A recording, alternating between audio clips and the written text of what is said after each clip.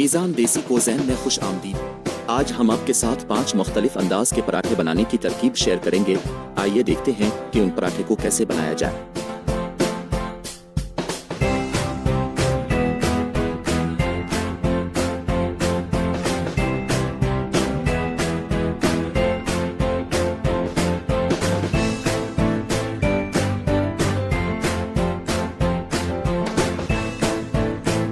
इन पराठे को बनाने के लिए आपको सिर्फ एक बार 2.5 कप आटा गूंदना होगा और उसके जरिए हमारे क्रिस्पी पराठे तैयार हो जाएंगे।